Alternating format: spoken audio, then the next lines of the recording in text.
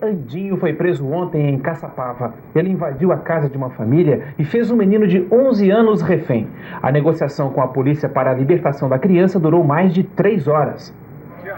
A família assistia televisão no momento em que o bandido entrou e, armado, rendeu o filho do casal. Ouvimos um barulho em cima do telhado, achamos que era gato.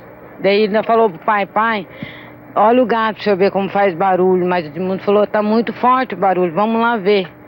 Daí falou, mãe, eu vou trocar a camiseta que eu vou com a senhora, que eu ia saindo. E eu saí para abrir o portão para ele. E quando terminamos de descer a escada, eu olhei para cima, o sujeito desceu e pegou ele pela garganta. Daí só que eu não pude entrar mais lá dentro. Anderson estava escondido na casa de parentes que moram no mesmo bairro e já tinha escapado de ser preso na semana passada, como conta na negociação com a polícia. 10 dias antes, tentaram me dar uma cama no aeroporto também. O sequestrador pedia para ficar no escuro e só aceitou se entregar 3 horas depois com a presença do advogado. Pode botar a viatura aí, senhor. Tá aí a viatura, filho. Eu quero só que você saia aqui. Tá certo? Vamos lá com ele aqui.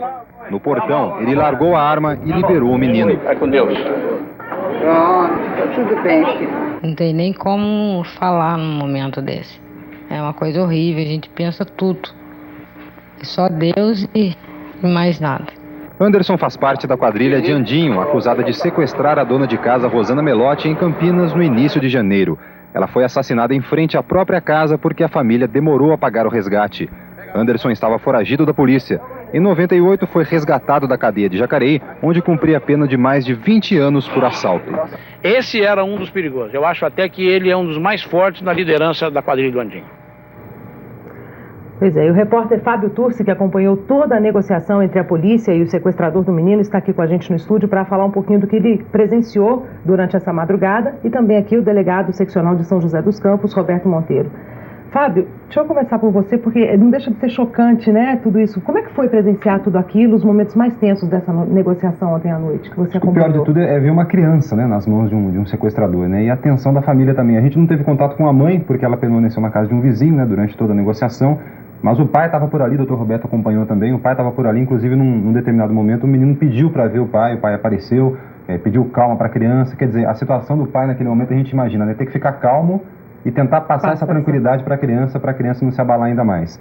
Então é difícil, até porque a gente não podia fazer nada ali, né? A gente foi chamado até pela própria polícia, porque o sequestrador queria a presença da imprensa, mas a gente ficou acompanhando, olhando e torcendo. Essa era a nossa posição. Eu me recordo, Roberto, quando o senhor estava à frente da delegacia de Jacareí, quando houve a prisão desse... A primeira prisão feita aqui no Vale, não é? Isso. E depois... Ele já era foragido de outro estabelecimento prisional. Eu lembro que eu fiz as imagens da chegada dele, acabou fugindo e depois retornou para o Paraíba. Na verdade, Carlos, ele foi resgatado naquela oportunidade em Jacareí. Eu, na época, era seccional de Jacareí, e na época um guarda municipal foi morto durante o resgate dele. Um crime gravíssimo. O guarda chamado Aureliano. E realmente abalou Jacareí, esse resgate foi violento, com mais de 15 homens que invadiram a cadeia pública local. E é um bandido, como o Fábio disse, frio, calculista e muito perigoso. Você trouxe a ficha dele? Eu trouxe aqui, dá para ter uma ideia aqui do tamanho da ficha dele, olha aqui. É muita página.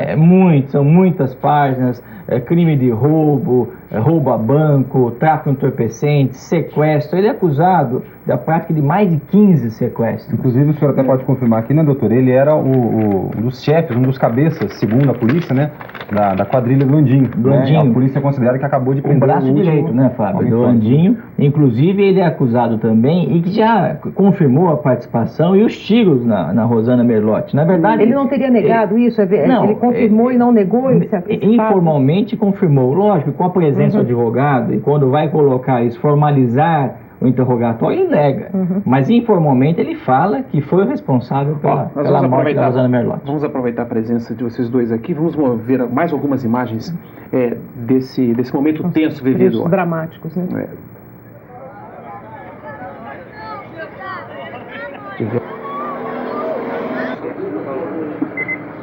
Tudo bem? Chora não, já vai embora. Você faz o seguinte, eu entro aí, você me entrega a criança, descarrega a arma e nós saímos numa boa, montando a viatura e vamos embora. Acabou. Tô com fuzil não. Você tá com quantas armas? Tô com uma pistola só. A mulher tá no cadete ali, tem quantas armas tem aqui? Não, deixa só a mulher. Vocês vão escrachar sua mulher. Não, só pede pra parar de filmar e eu só quero falar com ela só. Não, tudo bem. Deixa o advogado sair. Quando você sair daqui, você conversa com ela e vai conversando com ela. Com quem? Boa noite. Como é que nós estamos? Tudo bem? Tudo bem. Ele concordou em sair. Ele vai sair. Certo? Isso. E ele quer que vamos acertar. Como nós dois estamos? Ô, Mozinho, vamos acertar então, vai. Você vai descer aqui. Isso, ok? Ô, seu Bittencourt, você levado pra onde? Pra Paulo direto? Vamos montar a viatura aqui, o seu advogado vai te acompanhar. Vamos junto. Põe no chão, Manzini. Põe no chão, Manzini. Põe no chão, Manzini. Põe no chão, pode pôr. Põe no chão. Põe. Tá bom. Tá bom, vem com a criança e a chave, vai. A criança e a chave. Cadê a chave? Bem-vindo. A chave tá com você? Abre o espaço aqui, ó. Abre. Você vai me entregar alguma coisa? Ou já queimou? Já queimou tudo. Queimei tudo. Tá bom. Tem meu documento que eu queimei? Vou pedir o pessoal aqui que nós vamos entregar o menino pro pai aqui, ó. Pessoal, vamos abrir aqui abre pra câmera. Ok. Vamos lá. Você põe a mão atrás. Tá bom, pai.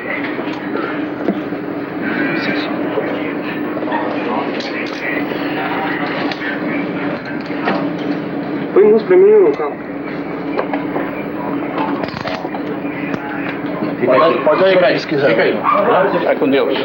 Tô aqui. Tá bom? Vamos juntos, vamos juntos. Deixa a câmera filmar ele. Vem aqui. Vamos lá, Manzini. Vira pra cá, vai. Você vai cair, tá bom. São momentos realmente difíceis, né? Imagina lá na hora, né, Fábio? A gente, na hora que está trabalhando, acho que a coisa toma uma dimensão que a gente não imagina, né? A gente fica... A adrenalina faz com que a gente se preocupe muito com a vítima, né? Como eu já disse, no caso, uma criança. Interessante que a gente viu aí nas imagens, aquele senhor grisalho tentando encabeçar as negociações, é o Dr. Godofredo Bittencourt, diretor do DEIC de São Paulo. Ele chegou a propor para o sequestrador que ele entraria na casa, né, sozinho, e eles conversariam lá dentro, o bandido entregaria a arma e ele se renderia. Então, ele não aceitou, ele só aceitou se entregar, né, doutor? Com a presença do advogado dele, que chegou de São Paulo alguns minutos depois. Agora, o trabalho da polícia no momento desse, de manter a calma, já é uma praxe de vocês? Tem que ser assim? É difícil manter essa calma na hora? É difícil, Michele, é muito delicado, porque, na verdade, ele é um bandido extremamente perigoso. Poderia ter acabado mal, sem dúvida nenhuma, essa história, viu, Carlos? Isso é importante dizer. Graças a Deus, é o empenho da polícia e da família que se manteve calma. É bom aqui salientar que tanto o menino como também a família se manteve muito calma e auxiliou em todos os momentos da polícia.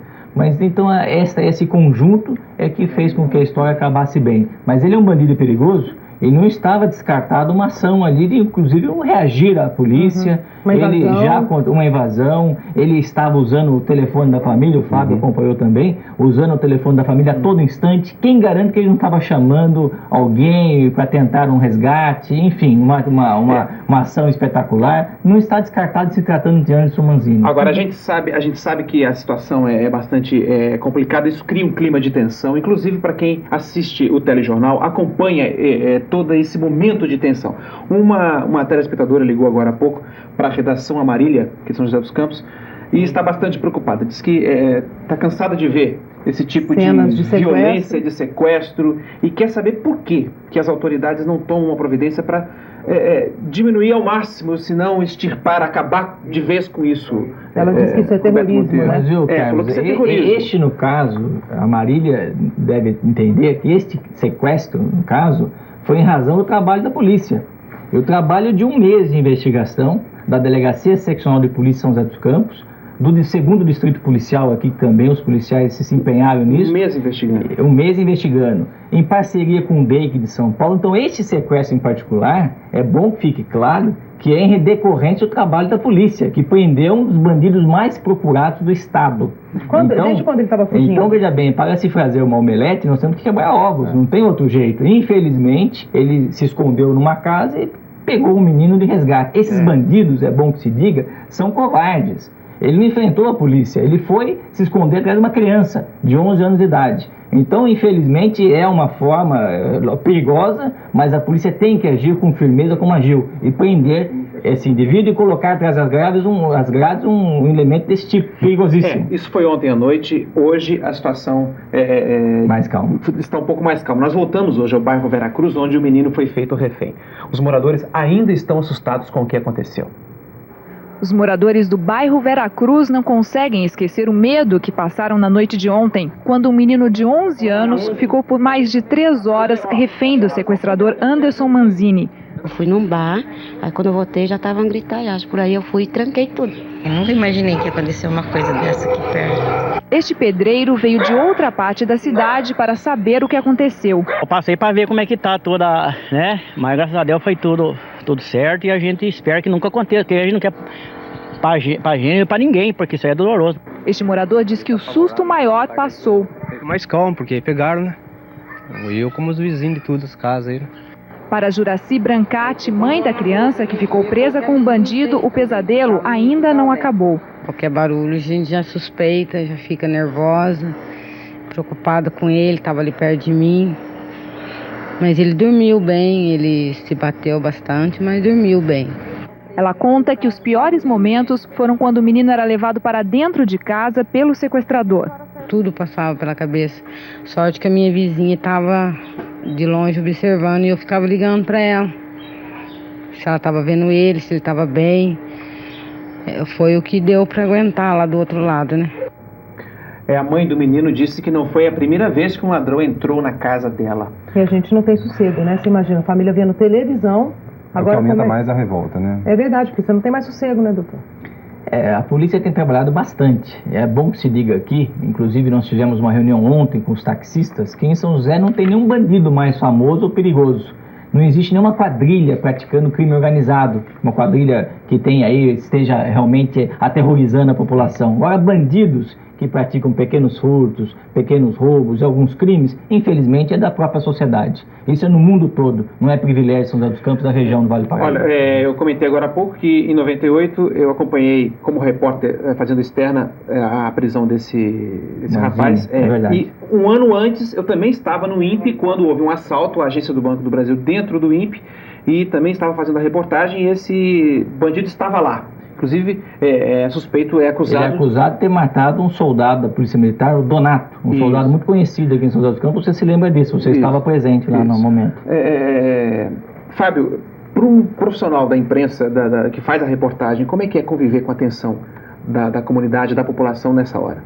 Abranche, só para você ter uma ideia, né, da tensão no momento lá, qualquer ruído podia ser um indício de um engatilhamento de uma arma, por exemplo, né? Então, por exemplo, encaixar a nossa câmera no tripé ou derrubar alguma coisa no chão, a gente tinha de ter cuidado com todo esse tipo de procedimento. Ele chegou a disparar 6 tiros lá dentro. Ele chegou a atirar, atirou para baixo, né, em frente à casa para intimidar exatamente, não mirou exatamente alguém, mas chegou a atirar várias vezes para fora de casa.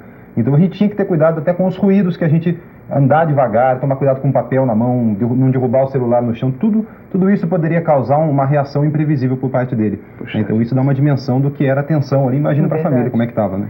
Delegado, mudando um pouquinho de crime, né, mas apavorante da mesma forma, novidades sobre o caso de Caraguatatuba, onde sequestradores, possivelmente da mesma quadrilha, trocaram tiros com a polícia e foram mortos? A novidade não existe. O que nós estamos apurando, a Corregedoria Geral da Polícia Civil, é o fato em si.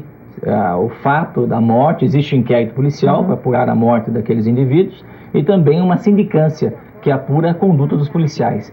A novidade no momento não existe nenhuma, apenas a apuração que está sendo levada a efeito de forma muito competente pela Corregedoria Geral da Polícia Civil. Para onde que foi levado esse rapaz que foi preso ontem? Carlos, ele está no DEIC de São Paulo, está ainda lá no DEIC, porque tem vários casos a serem esclarecidos. Esses bandidos hoje, até é interessante falar aqui, esses bandidos trabalham hoje em sociedade.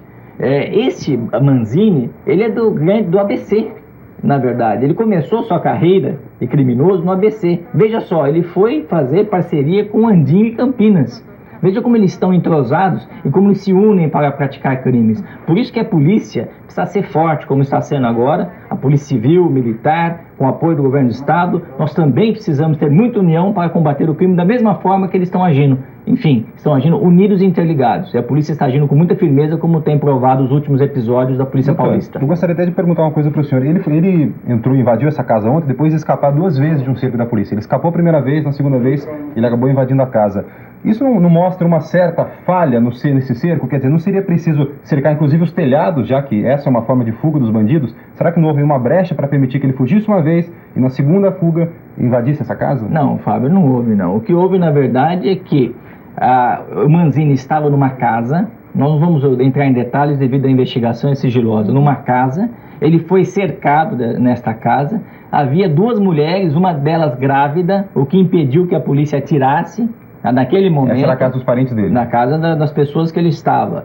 Então, uma mulher grávida. Então, algumas circunstâncias, eu entendo a sua colocação, mas algumas circunstâncias, às vezes, impedem uma atitude mais drástica da polícia. Então, ele teve chance, pela polícia não poder atirar, devido à presença de uma mulher até grávida, ele teve chance de subir no telhado, mas estava o quarteirão todo cercado. Então ele não teve como fugir. Mas veja bem, é uma ação que é bom que se saliente aqui para o telespectador da Vanguarda, que não houve uma morte, um tiro disparado pela polícia. Então isso mostra eficiência e não falha, viu, Fábio? Pois é, eu quero só levantar uma questão aqui, a violência que está todo mundo cansado e ela acontece realmente em São José dos Campos. A gente acaba de receber a informação da nossa produção que um homem foi baleado pelas costas no bairro Dom Pedro, aqui em São José dos Campos. Foi agora há pouco, ele foi socorrido pelo resgate do Corpo de Bombeiros.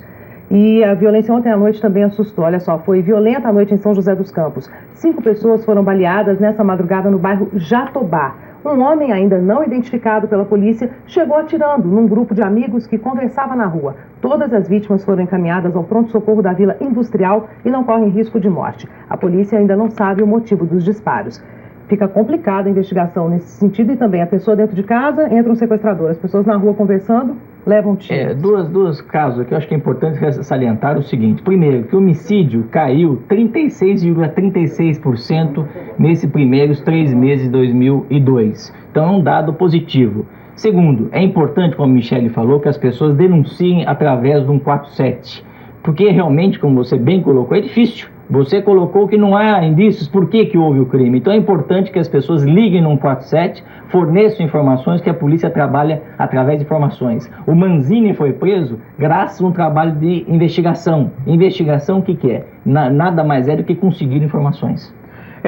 A gente sabe que numa sociedade democrática a polícia tem a função de fazer valer a lei para evitar que esse transtorno todo aconteça. Agora é preciso que haja uma polícia forte, uma polícia unida, para que a sociedade fique mais tranquila e não fique tão preocupada, tão tensa como a gente tem acompanhado. Obrigado pela presença de vocês, agradeço pelo belo trabalho que vocês têm realizado. Obrigada por terem vindo. Obrigado. A seguir, a fiscalização contra o transporte irregular na Via Dutra. E a esperança de uma profissão na padaria que ensina o ofício de confeiteiro em São José dos Campos. O SPTV volta já.